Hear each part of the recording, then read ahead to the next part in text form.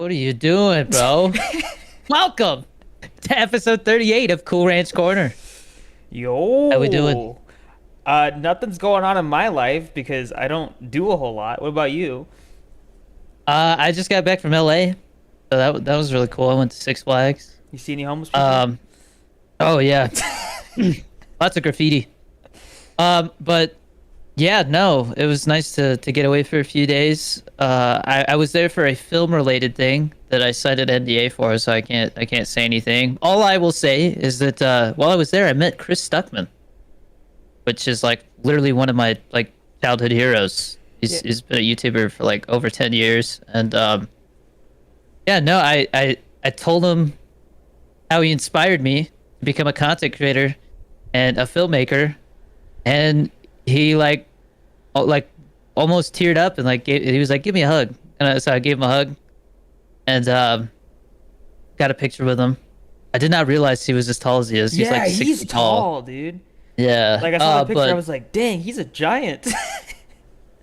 I he mentioned that he has like social anxiety a lot, and so like I could see that, which was like interesting to me because I feel like most people who are like content creators usually build up a tolerance to that. Like I know I have. But I realized like he really just does movie reviews. Like he rarely is like doing anything else, and so I guess he's not as he doesn't put himself out there as much. And so it was really interesting to see that somebody that was my hero like struggles with something that I used to, you know. Like I was like, he's just another human being, you know, and that's something that I'm constantly reminded anytime I meet anybody that I look up to or a celebrity or whatever, you know. Um, yeah, so that was really cool. Six Flags was packed. We had to get flash passes because otherwise we would have waited and we only would have gone on like 2 or 3 rides because it was literally like 1.5 to 2 hour waits for each ride. Jeez. And we got there at like 1 in the afternoon and it closed at 8. And we got flash passes and we went on like I think 5 different rides. We went on one of them twice. I remember the Yeah, the ride that I went on when we went like a long time ago was the Ninja, and I was so scared. I had to have been like 9. I was so scared, and I closed my eyes the whole time. Like I literally didn't even want to see it, but all I heard was people I, screaming the whole time. And then finally, our sister was just like, "Hey, it's done," and I just cried after I got off. dude, I think you would dig it more now that you're older and like you're not as like I don't think so, it's not dude. an unknown. So when I was in middle school, we took a class about like the physics of roller coasters, right? And like the thing with roller coasters is they're designed to like barely work. But they're designed to scare you, like 100%. Well, Because yeah.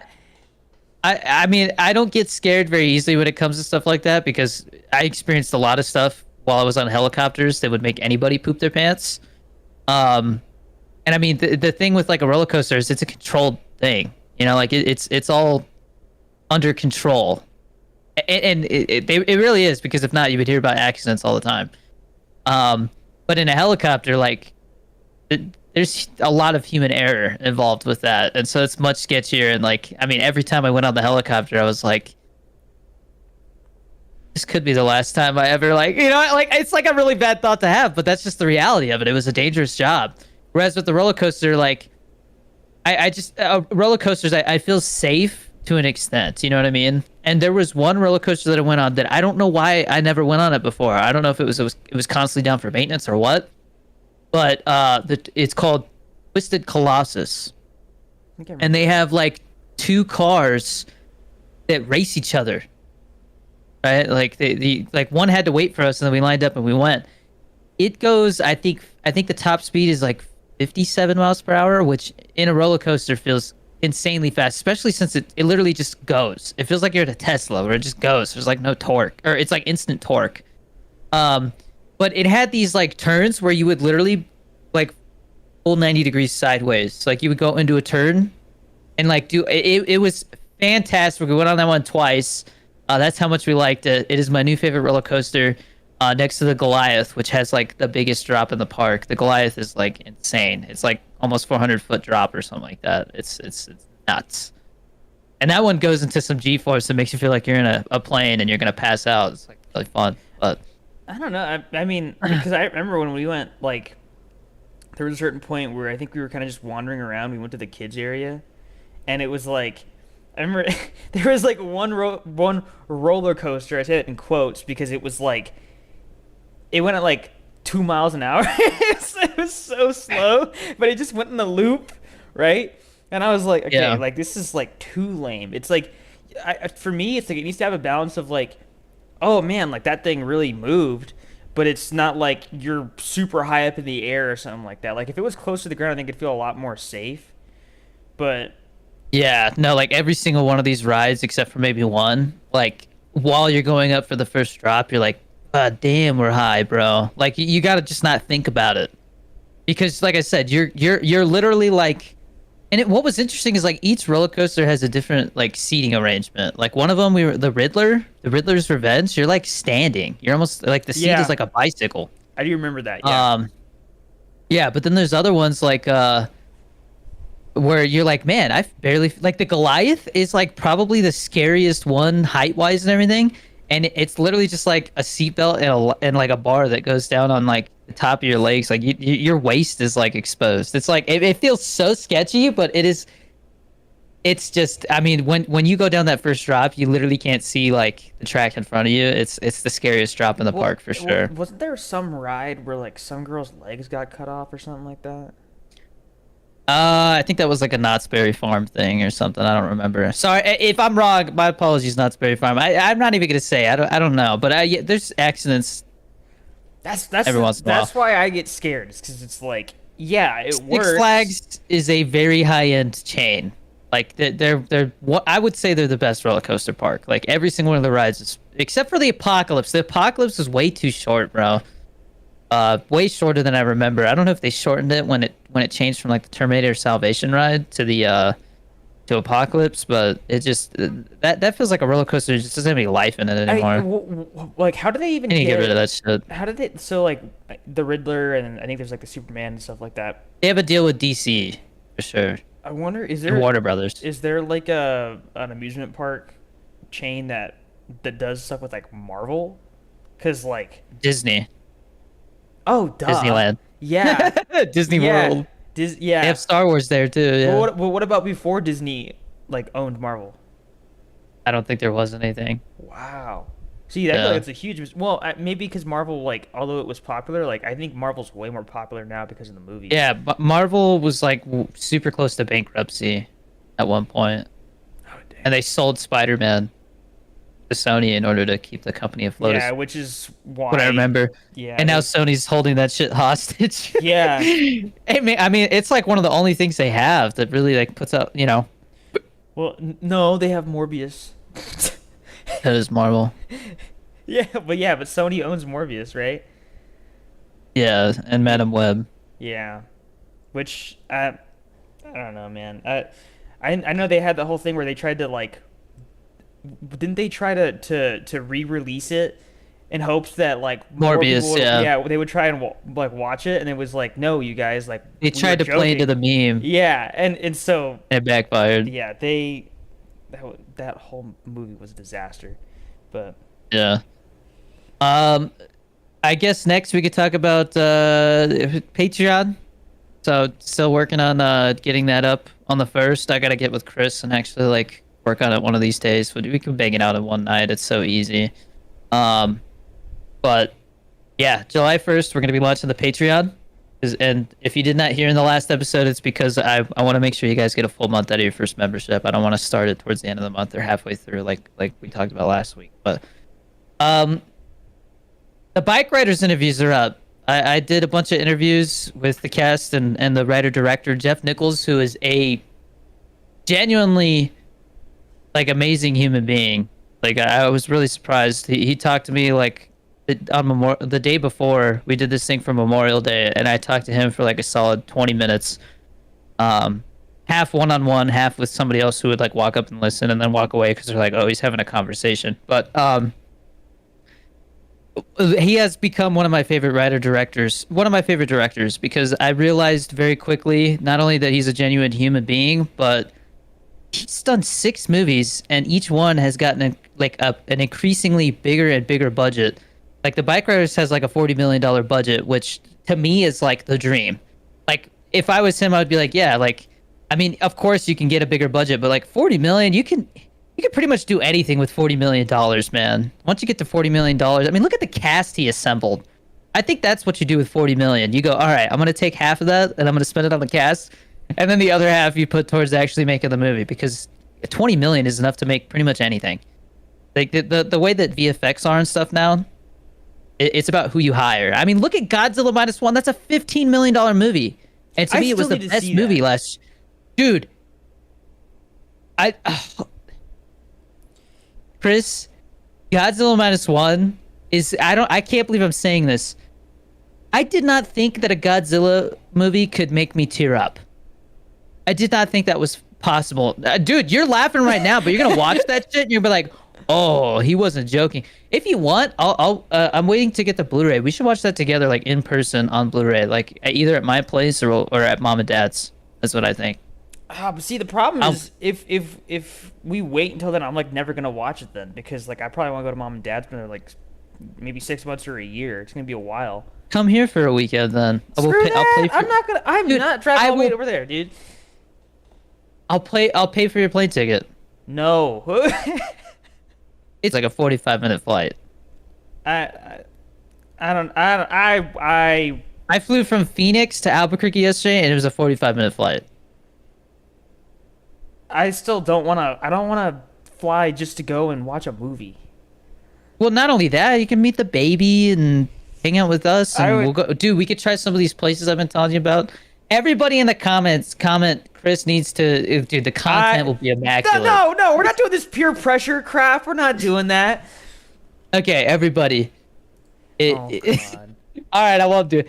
Seriously though, like I would 100%. Like I'll take care of you, fam. There's You are no way fam. you just said fam in 2024, bro. Dude, seriously, I miss you, man. Well, I can't even remember the last time I seen you in person. I'll come over there. But unless, you gotta. unless you're gonna go to mom and dad's for Christmas, but I think they might be going to Texas. Yeah, I think everybody's going to Texas. I mean, if you'll go there, I don't know. like I said, either that or I can come there or you can come here. And I think you coming here would be the easiest. We have a nice couch that you can sleep on, and I'll pay for your Ugh, flight. And it'll be I super don't know. cheap. I still gotta figure out if I'm going to Texas. We'll talk about it later, Yeah. but we got some shit to watch while you're here for sure. And Giancarlo and Jorge can come over too. We can have like a little hangout. That'd be fun. We'll figure it out. We'll figure it out. But peer pressure him in the comments. No, that's not how that works. But the Bike Riders though. I put next to the topic. I put out these interviews and there was 4 of them. There was one with the whole cast, which was at the USO, and it was a much more relaxed environment. And then I did 3 other interviews, one with Jeff Nichols, one with Austin Butler and Jodie Comer, and then one with Tom Hardy over Zoom. Each one of those interviews was a completely different experience, and it was all my first time doing a real legit press check-in interview. I did one with a director who's done some really small stuff over Zoom one time, and that was a completely different experience. It did not feel as official. But I got some comments specifically on the Tom Hardy one. I think on one of the other ones too. But people were basically saying like I needed to like lighten up, or the Tom Hardy one. They were like, he asked you a question and I ignored him, and I was like, okay, I don't know what question you're referring to. If it's the one where he said, "Am I well?" He was like, "How you doing, buddy? Are you well?" And I was like, "I'm doing great." And then I got into it, right? So I'm not making an excuse, but just to put some context to the situation. This was my first time doing interviews like this, where they literally have like almost like a studio space for it. And the way that it works is they tell you, "All right, you're up soon." They bring you to a back room, and it is dead quiet because they're doing interviews, and you can hear them doing the interviews, and everybody back there is like, and they're like, "Get out of here." You know, like it is knew so it. quiet, so quiet. It is like you're back there, and the energy is just like stressful. Then they tell you, "All right, you're up. Get in there now, like right now. Like hurry your ass up. You don't have time." you get put into this room and like they tell you like look into the camera, say your name and what outlet you're with, which the first time I did that with Jeff Nichols, I was like, what? And I have a clip. Jeff Nichols is just like shaking his head like, yeah, I know, this is like, this is how they do it. And then I was like, I don't have an outlet. I'm a content creator. And like Jeff Nichols started laughing, and then they're like, all right, go. And so he gets all serious, and I'm like, hey Jeff, how you doing? But I've like each one of these interviews, except for the Austin Butler Jody Comer one, the person I was interviewing was like, oh hey, what's going on, you again? And then they're like, all right, hold up, we got to reset because like we weren't recording yet, you didn't so the Tom Hardy interview specifically, I came in and I was like, hi Tom, and then he's like, hey man, are you well, are you doing this and that? And he like starts talking, and they're like, whoa, hey, we got to do this and that. And I'm like, damn, all right. And so we had to pretend like we were saying hi for the first time. Yeah, I hate that. Which I is hate awkward that. as fuck. Yeah. Okay, and so if you go back and watch that Tom Hardy interview, I think you can see that. But at the same time, next to the camera that they're using to record the interview with, there is a person standing there with a card that says you have 4 minutes. Yeah. And then they put another one up that says 2 minutes. And then they have one that says 1 minute. But the Tom Hardy one, I don't know if the person who was doing it was stressed out, but this lady was just like, she kept tapping on her watch, and she kept going like this. And so that my attitude was because I went in there and there was somebody constantly looking at me like, you better hurry up and move it along. And it was just that, I think for anybody would be stressful. And not only that, because Tom Hardy's was over Zoom, it was hard to hear him and there was a delay. And so my main priority was let him talk, don't talk over him. So if you got a problem with that, you go do it and show me you could do it better, because that is one of the most stressful things I've ever had to do, is interview somebody over Zoom. That's Tom Hardy, bro. I've been watching this guy since I was since I was playing on the preschool playground. Tom Hardy. Have some damn respect, man. That's really Bane. like That's Bane. that's Venom, homie. Like, I mean, dude. One of the biggest, like, and then before that, I'm interviewing Austin Butler and Jody Comer together, who are both like two of the biggest, like, I mean, they're huge, you know what I mean? And like, I would say the Austin Butler Jody Comer one was the most fast paced. Like, I got in there and they're like, we're behind, you need to hurry it up, get in and get out. And I'm like, like, Yeah, you're the Jeff behind. Nichols How was that one? your fault? Yeah. So the Jeff Nichols one, I go in there and it was my first time doing that ever. I literally am like, whoa, this is how we're doing it? This is crazy. And then I got 4 minutes to do this interview. Then the Austin Butler Jody Comer one, they're like getting after me because they're behind, which is like adding an extra pressure to it that's not my fault. Like literally they're going like this and Austin's talking and I'm like, I'm not gonna just like tell him like, bro, come on, we're gonna finish this interview. All right, I think that's enough. That's enough, Mr. Elvis. I got, you know what I mean? Like, dude, like I'm gonna let them talk. And then the Tom Hardy one was over Zoom, so that just added a whole nother element to it. So there's the context of those interviews and why I'm a little stiff. I still think I did a good job considering it was my first time. Like, cut me some slack here. That's the interesting thing is, like, I think people don't realize, it's like you've never interviewed someone like that before. Yeah. That's like, if I was in your position, I would be freaking out. If anything, I might even say no because it's scary. Like, I'd be like, I mean, I'm good. I don't want to deal with that pressure. That's too much. I think like I could have easily been in there and been like, hi, Tom Hardy. It's good to meet you. I'm just like shitting a brick while I'm talking to him. You call him Venom by accident. Yeah. Hey, Tom. Hi, Mr. Born in the Darkness. But yeah, no, I do see the criticism. Like, I think it could have had a little more upbeat energy, but I mean, it was just a stressful thing. Like, I did those 3 interviews like back to back to back, and each time it was just like, I mean, I was just new to it, and I was like, this is my first time doing it. Just don't fuck it up. And like, I'm there to interview them. You guys need to understand, like, an interview is much different than a podcast or like a recorded conversation. Like, I'm there to ask a question and let them talk. I'm not there to go, hey, so like, and then he goes like, yeah, well, what do you think about this director? How do they do stuff? Oh, I really like this movie. No, it's like move on. Like they're there to talk about their movie and promote their movie. They're not there for me to like make friends. Um, it's just Yeah. how it is.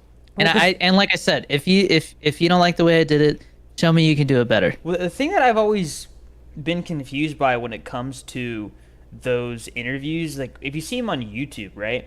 Usually, usually it's like it feels so casual, and it's like it's because that person's done it so many times. But it's like it seems like they have all the time in the world, right? Well, And I'm not gonna name names or anything, but while I was there, like waiting for my turn, I could literally hear people getting yelled at for taking too long to do their interview or like getting off topic. Yeah, it is not like you guys need to understand. Like these interviews are edited. I gave you full unedited interviews except for maybe like a little bit at the beginning I trimmed because at the beginning it's always awkward while you have to like literally I'm not gonna put up Derek Bowder, Danny Dorito 23 on social media.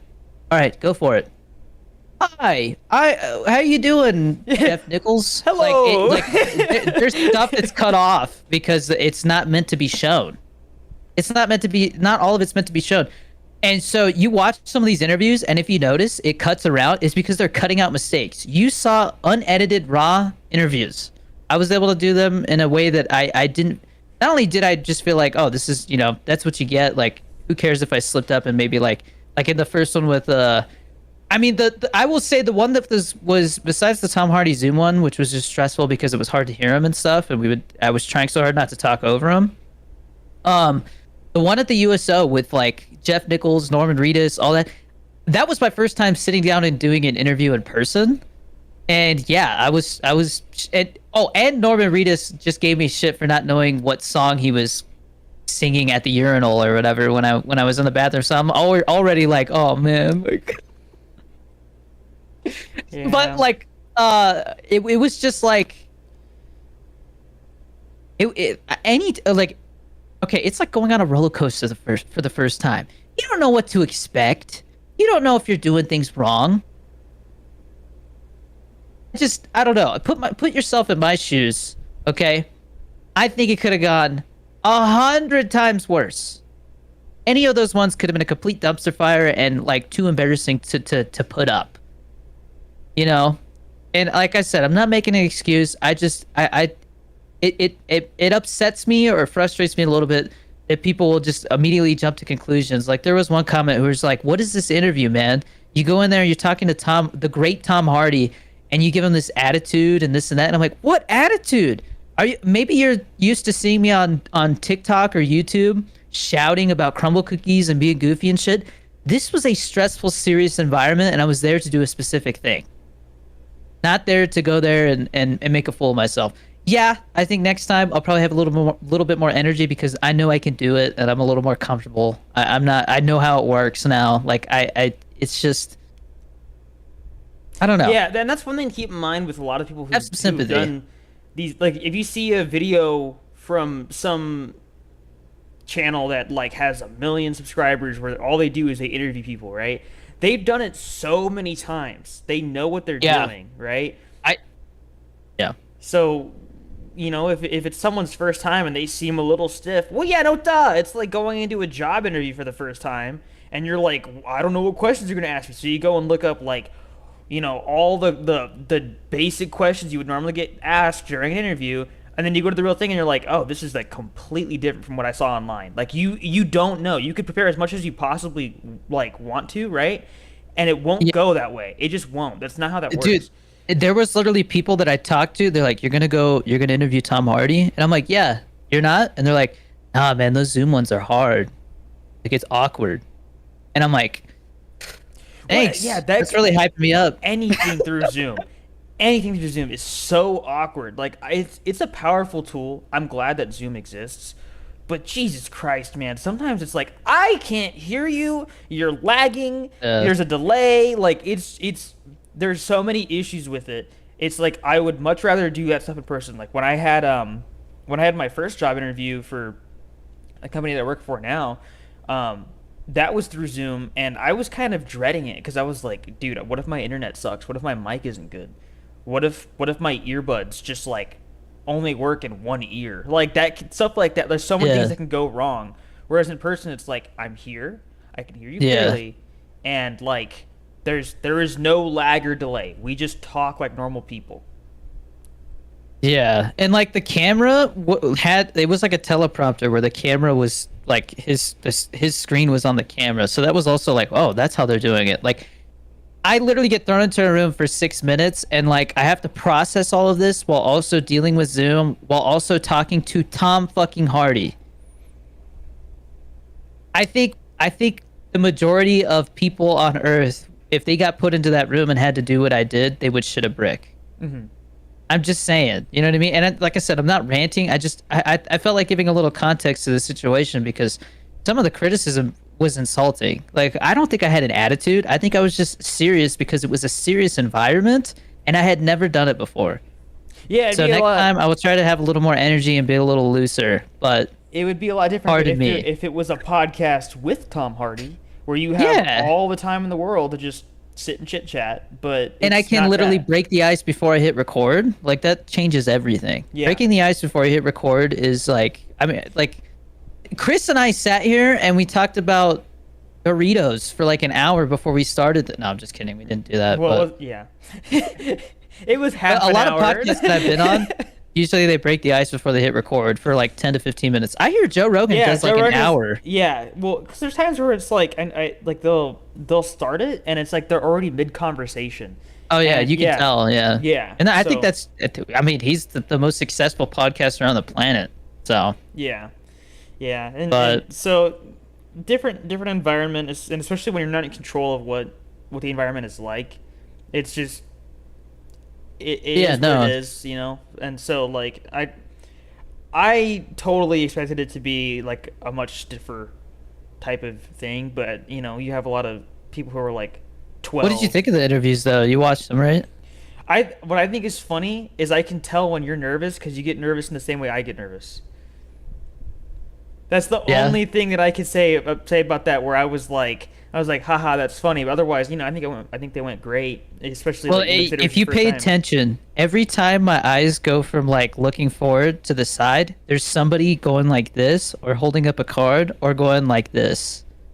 So if you go back and watch all those interviews, you will see that like 8 times per interview. And just think about that. You're trying to like do a thing. Not only that, like because Austin and Jody were in the same interview together, it meant double the time on each question. I'm like, I really hope I can fit in at least a second question. So like those are the things that are going through my head. If you see me look down for a split second, I'm like, okay, what's the next question I'm gonna ask? Okay, yeah. Like just trying to keep it together because there's so many like things going on at once. It's just I mean, but I loved it, by the way. I really hope I get to do that stuff again because I think I will get better at it just like anything else. But it was a lot to process being the first time, you know. But the biggest thing that I could take away from the whole experience is these people are human beings just like everybody else. They just get treated more highly because of what they do for a living and how successful they've been at that. Well, Um, and the thing that I'm thinking about is like, is who's in charge of the people who PR are? people. Yeah, but is that like a specific, like, is it part of like the marketing company that's doing it? Like who's... Yeah, it's like PR and marketing and like you got to think like the reason why they're so like let's go is because if they go behind if they like they literally have like 8 hours set aside to do these interviews, and if they go over that, they get somebody yelling at them, you know, like they could lose their job. Like it's stressful for a reason, you know what I mean? It's just like being on a set, honestly. Like you see the actors having the time of their life, but everybody else is there to serve them and get the performance and all that stuff, and like that part of it is like irreplaceable. Do the An actor is not actors- replaceable. Do the actors get paid for the interviews? I'm sure they do. I'm sure it's factored into their contract before they even like do the movie. Okay, For something that high budget, you know. that makes But sense. anyways, let's move on. Fuck you guys. No, I'm just oh, rude, man. Like I was just like, damn. I think it could have gone. Like I thought I did a good job for my first time. Well, you know what time it is? I think it's G Fuel o'clock. Oh yeah. Well, first I wanted to talk about I guess I can save that for the end. Yeah, we're halfway through, so guys, I just tried the new full release deal, and I don't even like kiwi, and I could say this is a good flavor, man. This and the new cadenza. Sorry, the name is weird, so I had to like remember. The new cadenza flavor is fantastic. Me and Ben were really surprised. Ben and I were really surprised by it. The new full release one's really refreshing. Both two great summer flavors. Candy Dorito Shaker is still in stock, but I'm telling you guys, the quantity is limited. It is going to be gone soon. Use G Fuel code DannyD for 20 to 30% off. Usually when a new flavor drops or goes up for pre-order, it's 30% off, so that's the best time to snag a new flavor. But yeah, G Fuel has been restocking a ton of stuff. Using the code is probably the best way that you can support us besides watching this whole video and the Patreon once it's out. But and by the way, I just found out today that Cliff Morgan, the CEO of G Fuel, is retiring. Whoa! I don't know who's taking over. I hope they don't can me at the end of this contract. But yeah, no, it's like the end of an era. It'll be interesting to see how G Fuel changes because of that. But yeah, get you some G Fuel, baby. On to the next thing. While I was in LA, every time I go to LA, I feel like Ben introduces me to a new spot, like food spot. And I tried legit Indian food for the first time, which was phenomenal. Totally ruined my stomach. That Okay, is I was not a gonna joke. ask, yeah. Okay. Yeah, I don't know what it is about it. I don't know if it's all the spices and stuff. Like, it's just like maybe if you haven't had it before, your No, stomach's more sensitive so to what it. it is they do voodoo magic on the food, and then you crap your pants. Well, they have this thing called like naan bread. I don't know Right. how it's spelled, but it's like a cross. N-A-A-N. It's like a cross between a flour tortilla and like fry bread, which like we have fry bread everywhere here, and it is phenomenal, man. The masala sauce. So they Ben was like, we're gonna get some masala fries, and I'm like, hell yeah. So they brought out fries that 100%. If you put those fries next to McDonald's fries, the only difference was these stayed crispy. They didn't get soggy for some reason. But Random thing. Did you hear that McDonald's is doing ramen flavored shaker fries? I heard that was only in a It's specific it's country. in Canada, but Yeah. what the heck? They're trying shaker fries everywhere. It's just like, you throw seasoning and you shake it up and then you can eat it. Yeah, but what the heck is But, ramen flavored? Sounds disgusting. Anyways, yeah, continue. Yeah. Masala sauce reminded me a lot of marinara, but more creamy, and it was delicious. I had this. Ben was like, Ben's very picky, so I trust his judgment. I'm like, okay, I know if he gets it, I'm probably gonna like it because he's very picky about food. But it was like this grilled chicken that was like marinated in some kind of like orange sauce or something. Maybe it was masala sauce. I don't know, but that was delicious. And then it was this rice that had like little pieces of like vegetables in it or something that I could not taste. But the rice was delicious. And then they brought out these two sauces. One looked like pesto, but it did not taste like pesto. That was delicious. Had a little kick to it. And then there was this like red sauce that looked like salsa, and that was sweet. And our friend Arjun, he's literally from India, I believe. I know he's at least his parents are Indian. And so he was like, yeah, mix those sauces together and it's delicious. And I did it and I'm like, wow. Like Indian food's one of those things where like I had some really bad curry and rice on like in the Coast Guard on the boat, and I was like, yeah, I don't think I like Indian food, but this was phenomenal. Well, did they 100% would go there again. Did they have any like special drinks, or was it just like here's a Coke? I just had water. Oh, I don't know. It was hot while we were there, so. And then we went to Sugarfish again, which is one of the greatest, if not the greatest, sushi restaurant I've ever been to. Just phenomenal. And then he took us to a Mexican restaurant after we went to Six Flags. That was like, it reminded me of Matucci's here, which is like the best Italian food ever, where they make everything from scratch. It was like that, and the dishes were very fancy looking, and the restaurant was fancy looking. But Mexican food, I had this burrito that was like this big, and like that thick. It was definitely going there again. But yeah, LA has such a good mix of food. Like they like any type of food you can think of, there's somewhere there that does it well. Here, not so much. Like sushi's like okay. And there's some decent sushi places actually. You just got to eat it there. You know, if you try to take sushi home, I feel like it just, it gets old really quick. Um, Italian food's good here, but the Mexican food here is so like it's so New Mexican. Like they do it Mm, differently, and it really makes me sad coming from Arizona because I know what good authentic Mexican food tastes like, and I just have not been able to find it here. But yeah, yeah, no, yeah, good I, food. I thought it was there was gonna be like a lot more, I don't know, like personality when it came to the restaurants here, but it's like the only places to hear about are like pizza places. That's it. Like that's it. Like Yeah, I think everybody who wants Mexican food either goes to like food trucks or they just make it themselves. Like that's it. yeah, we have really good burgers here. Like you can find a really like there's so many different places to get like a really good cheeseburger. Like everything is at least above average. I still think the best burger is the Tombstone Burger at Flick's Brew House because they mix in like it's either pulled pork or it's something. It's so good, man. What even is pulled pork? I hear that term all the time. It's Like, pig. yeah, no, It's like it's duh. What is it? What? Okay, why is it called pulled pork? because it's literally like I don't know how to explain. I don't know, man. I just eat this shit. It's good, okay? It's got a lot of fat in it, which adds to the like without it being like gross. Like I don't know how to explain the meat itself.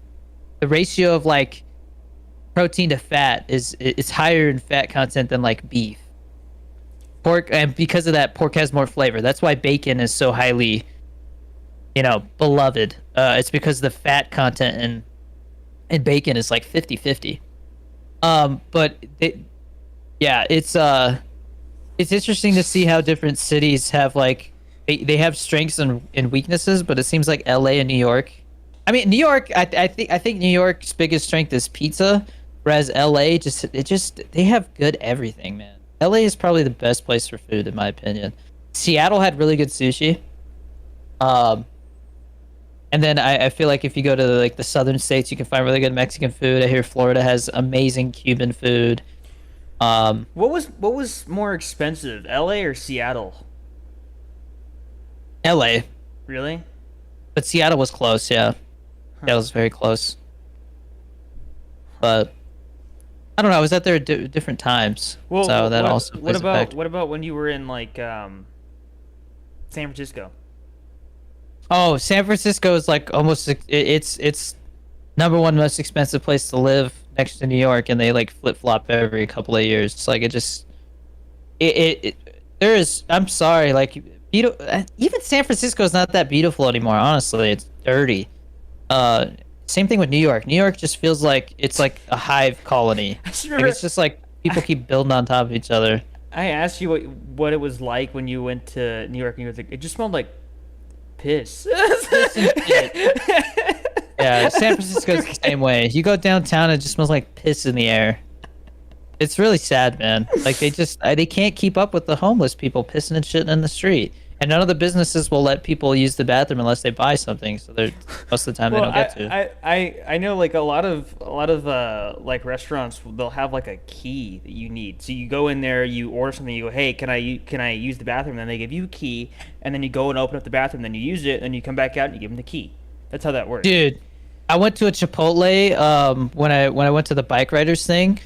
I was like, yeah, they're living in 2030, bro. They put the bathroom code on the receipt. That's stupid. No, I think Well, it's if you have to buy something, it makes sense that the code would be on the receipt. so okay if someone just throws a receipt in the trash can, right? Then somebody could just go grab the receipt out of the trash can and they have the code. I mean, that you can say the same thing about any place that has a code. Like, oh, what's stopping somebody from buying like a soda and then telling their whole group what the code is? Yeah, but if you have a key, then you have to be there. You have to Most, I buy would say something and most then get a key. bathrooms at modern restaurants have a keypad to get in. Not a Although key. I will say it was crazy. There was one time I went to a Best Buy. So when we were in Yuma, Best Buy over there, like you could use the bathroom whenever you want. When I moved here, I remember I went to Best Buy to pick up the phone that I was getting, and I was like, God, I need to pee like really bad. I'm kind of just walking around like trying to find a bathroom, and I finally find it, and it was locked, and I, Hmm. I was like, what the? And it turns out, yeah, they here at least, I think the reason why they have the bathrooms locked is not just because of homeless people, but it's also because like they're really worried about people stealing stuff. Like people will bring stuff into the Yeah. bathrooms and then steal it.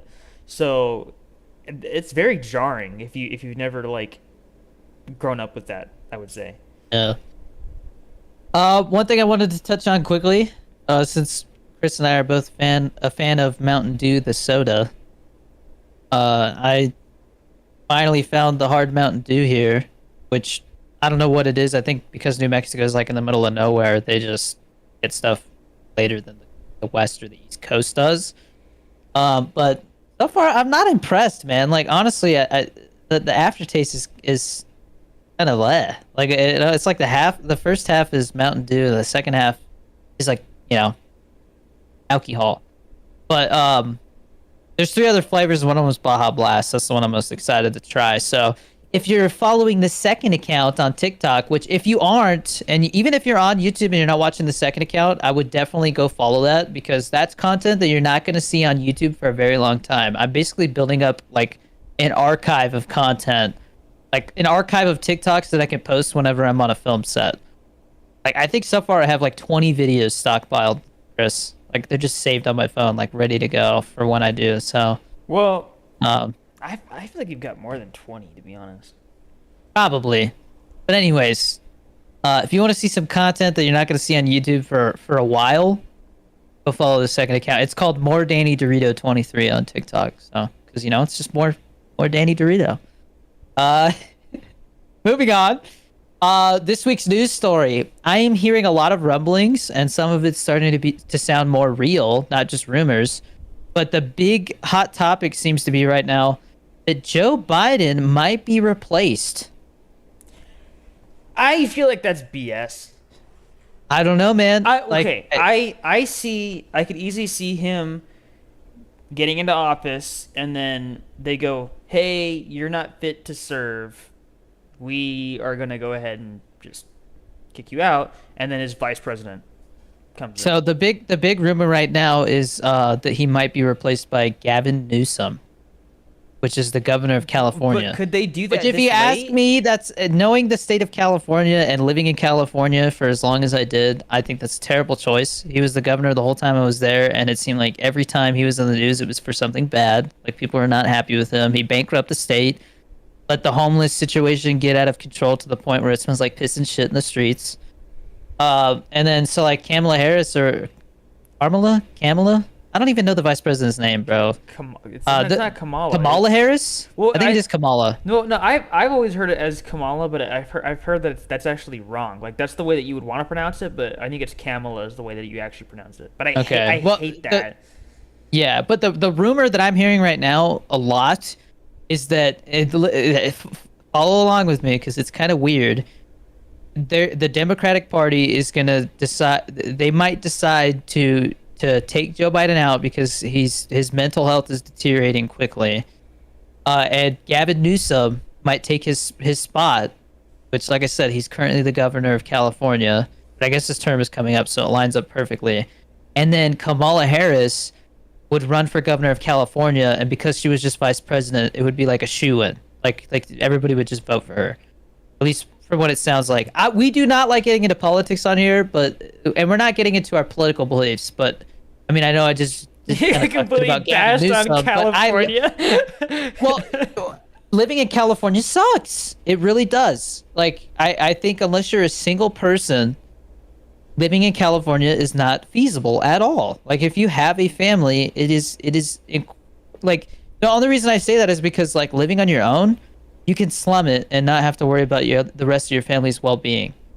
I can sit there and eat ramen noodles for a week to save money for something, but I got a baby, I got a 7-year-old, I got a wife. Like living in California would mean like I mean your cost of living literally gets cut in half or more. It is so expensive to live in California, and the taxes are higher. Like everything about it, like I mean, Ben was like, yeah, the best decision he made was getting a Tesla because the gas prices are $5 there right now. $5 a gallon, bro. I didn't know $3 here. I didn't know he has a Tesla. Yeah, and he's had one for like I think a year, maybe a little over a year. So that's been Dang. interesting. Yeah, and he's like, yeah, no, it's like the best decision he made. Yeah, no, I don't know. We'll see if that actually happens. I think it's not. I don't think it's unreasonable to think that's a possibility. Because I don't know if you guys are watching the news, but like, it seems like every other day now, Joe Biden is just like standing there, just looking lost, or like he's just going through the motions and like not fully present. You know what I mean? Like he's like, if you've ever seen somebody with dementia, it's almost like they're stuck in their own head. You'd be like, hey, and it's like you're not even there because they are literally like their brain is not functioning the way it's supposed to. They are literally like it like when you okay. For example, getting blackout drunk is your brain not recording not recording memories. So like you literally are. That's why people wake up and they can't remember what happened the night before because their brain is so intoxicated and inebriated that the function or the part of the brain that makes memories. So like the reason you can remember what you had for dinner last night is because there's a part of your brain that's responsible for that, and when you are blackout drunk, that part of your brain does not function. And dementia is that's kind of an interesting way to look at it. It's like that where like you're just not even like recording what's going on. Your brain is not. You can't remember stuff. You get lost easily. You can't remember what you had for dinner the night before. And it looks like that's what our president is going through.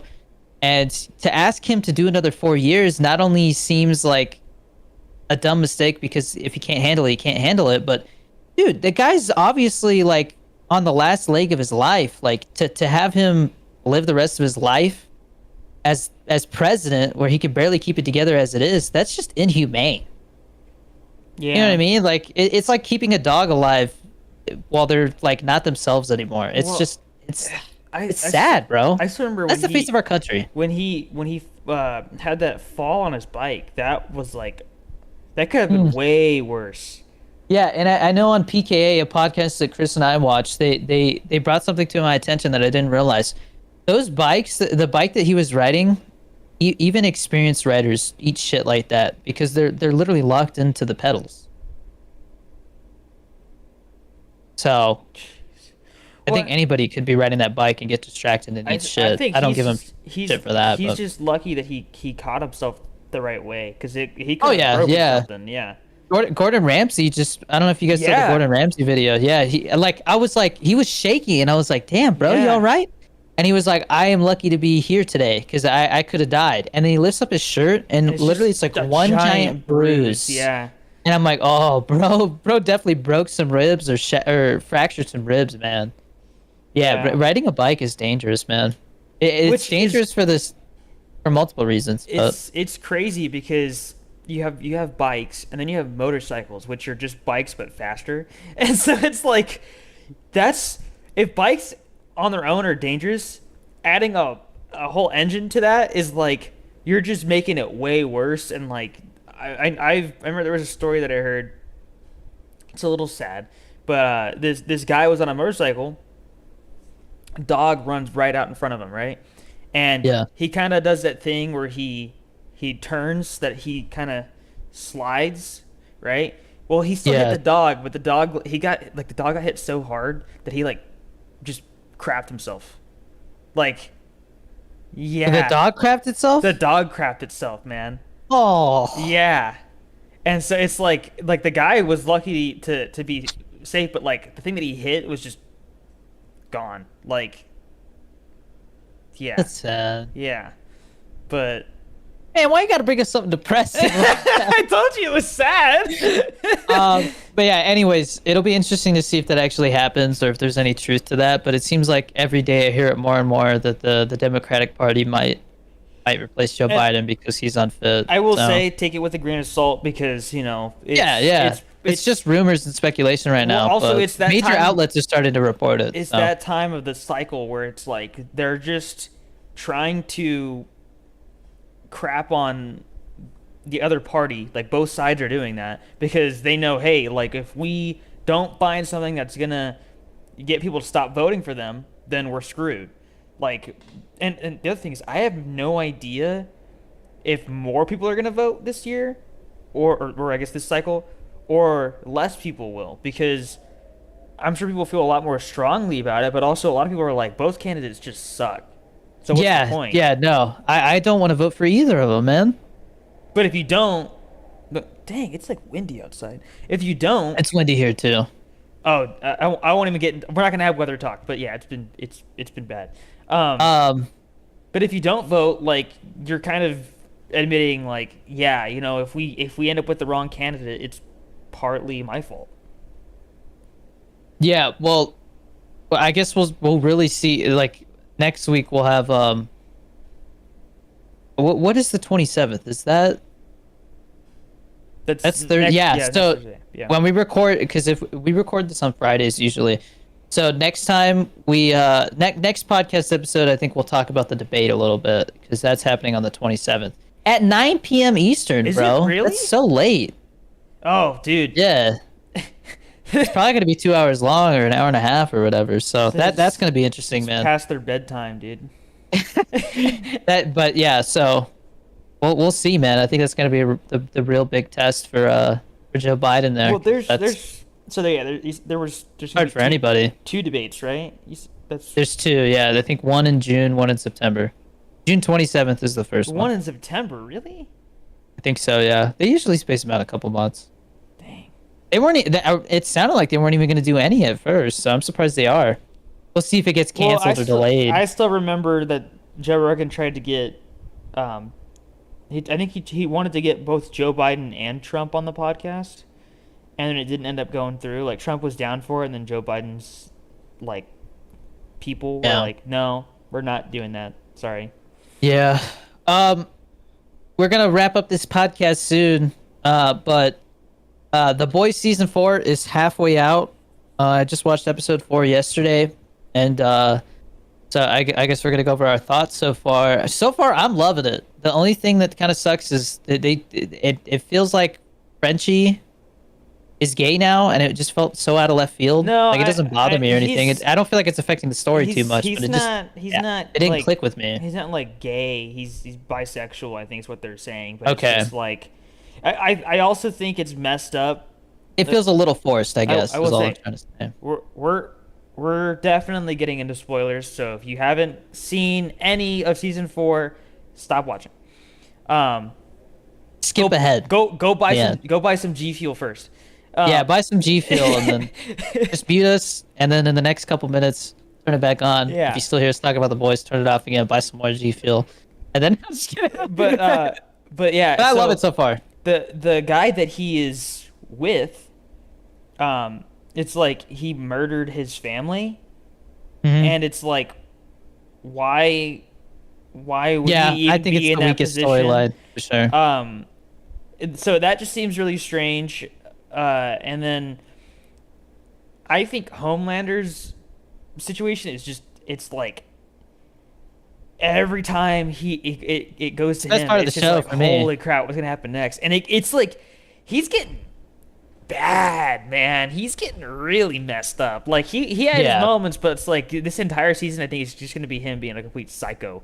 Well, I think the biggest thing that I've taken away from this show as a whole is whenever I'm trying to figure out how to write exposition for a movie or a TV show, The Boys is one of the best examples I can find. Exposition is the part of the movie or the TV show where they give the audience information that they need to have context for the rest of whatever storyline you're watching. So it's like if you watch a bad horror movie or something, you'll be like, oh God, why was that so cringe? It'll literally be like, don't you know we haven't been here since we were kids, since like we were 8 years old that one summer. And it's like the reason why that feels so hammy is because they're trying to deliver important information, but there's a naturalistic way to do it that doesn't feel hammy or pipey. There's different ways of saying it. Like it just it feels forced.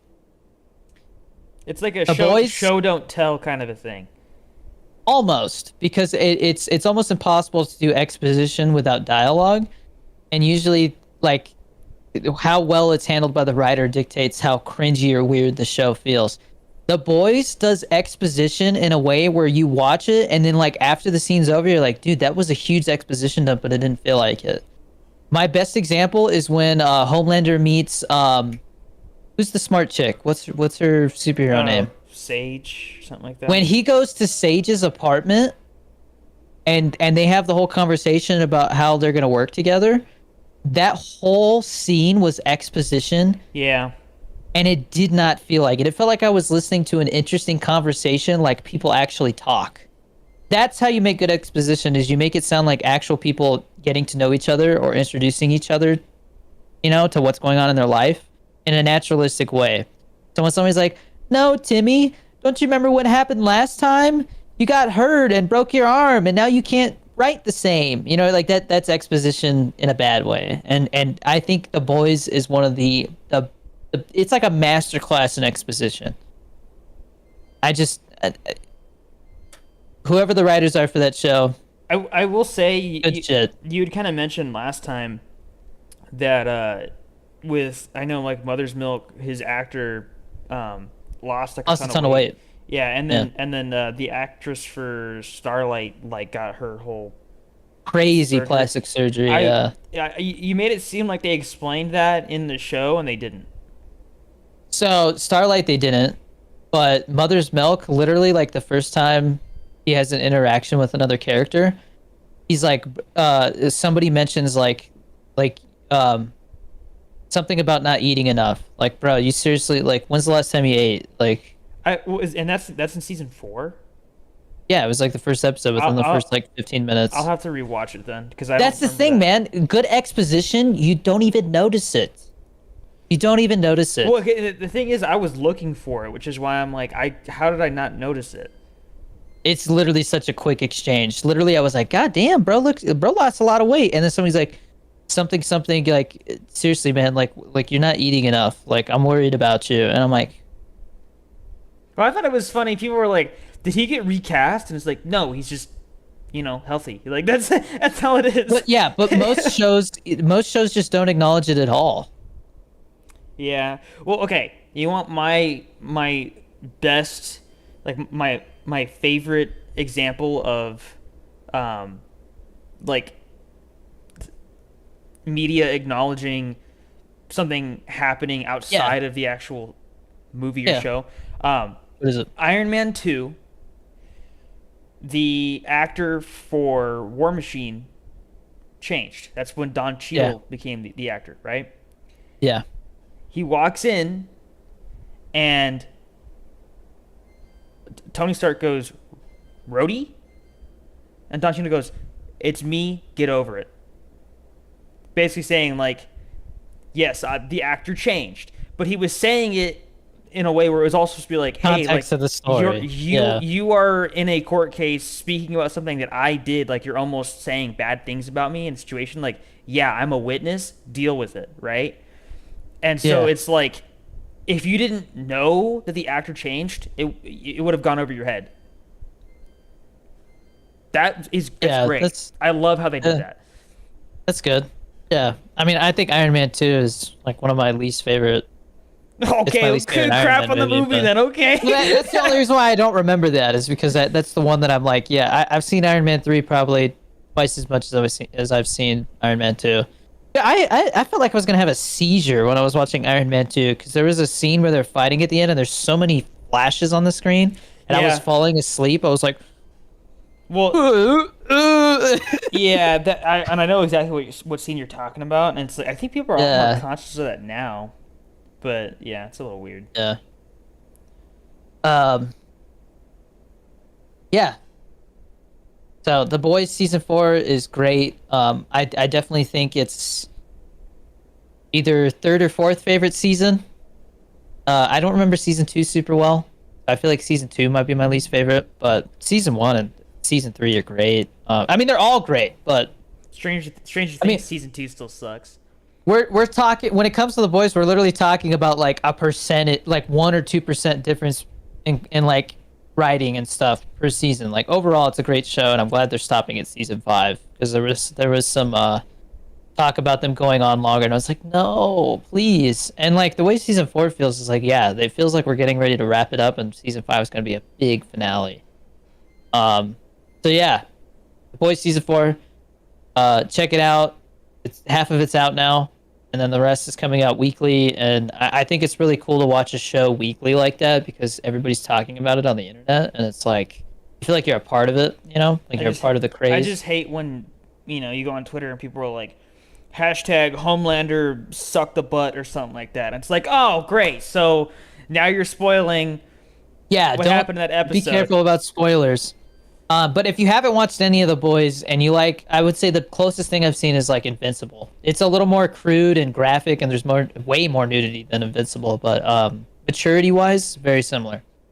And then to move on to our last topic before we say bye-bye, our movie and TV show recommendations of the week. I've got 2 recommendations. One, go see The Bike Riders in theaters. Please support that film. Not just because I got to do interviews and like meet the cast and stuff, but I genuinely think it's a great film. We don't get a lot of mid-budget movies like that that are in like the $30 to $50 million range. I think mid-budget's like 30 to 80 million. But either way, you don't get a lot of movies like that. They just don't get greenlit. It seems like stuff either gets greenlit with a super small budget, like 20 mil or less, or like 80 million and above. And so to get a $40 million movie is rare, and for it to be good and to have such a great cast. I think the reason why it has such a great cast is because every cast member I talked to said they really wanted to work with Jeff Nichols, and like I said, I think he's one of the best writer directors we have working in the business right now, and I hope he continues to see success because I think he could be up there with like Denis Villeneuve and Christopher Nolan. But he tells much more grounded and real stories, is what I've noticed. His movies feel much more realistic. And The Bike Riders is simple and realistic in that sense. But yeah, great performances, really fun story. Go see The Bike Riders. Support good movies. And then House of the Dragon is back. I've seen the first episode. It was phenomenal. I think, yeah, first or this. I can't remember if 2 episodes are out or just 1. I think just 1. It's great. If you liked Game of Thrones, I think this is just as good, if not a little bit better, because they've learned from some of the mistakes of Game of Thrones. And all of the books are done, so we don't have that issue of them having to just make shit up at the end. But yeah, no, this first episode was the sequence in the last quarter of the episode like legitimately had me on the edge of my seat. Great show. Check out House of the Dragon. And Chris, take it away. Close us out with your recommendation. Go watch Reservoir Dogs. It's a classic Quentin Tarantino movie. His first movie. Yeah. So that movie, honestly, is I would say it's like it's not quite at the level of like Pulp Fiction, but it's like you can really see him start to develop like his style, and it's so like I guess it's like a pure form of like what he wants to do, but it's also like you don't have a crazy budget for it or anything. Like I think probably the biggest it's actor lowest in budget. The biggest actor in that is probably Steve Buscemi, right? I think Harvey Keitel, because he was in like Taxi Driver and stuff, and this is like the 90s. So Harvey Keitel had been in a bunch of stuff already. Steve Buscemi was still kind of up and coming. But either way, go watch it. Great movie. Yeah. If I would say the closest thing to it is like of his is like The Hateful Eight. It very very much feels like a stage play. Yes. Okay. Yeah, great pick. Well, guys, that's it for this week. Let us know down in the comments. Discuss with us the stuff we talked about in the episode. Let me know if I'm a dumbass or a shitty interviewer. I don't care, I guess. And also, let us know if you're going to be joining the Patreon when we launch it on the 1st. Also, comment anything that you might want us to talk about or some kind of topic that you would like to hear on the show or a question. If you say like question for next episode, blah blah blah, and we might even feature it in the show. That might be an option for the Patreon later on too. So it's kind of like a trial run, I guess. But yeah, hopefully the world doesn't fall apart before the next episode. See you next week. I'm gonna go take a dump. Bye. Bye.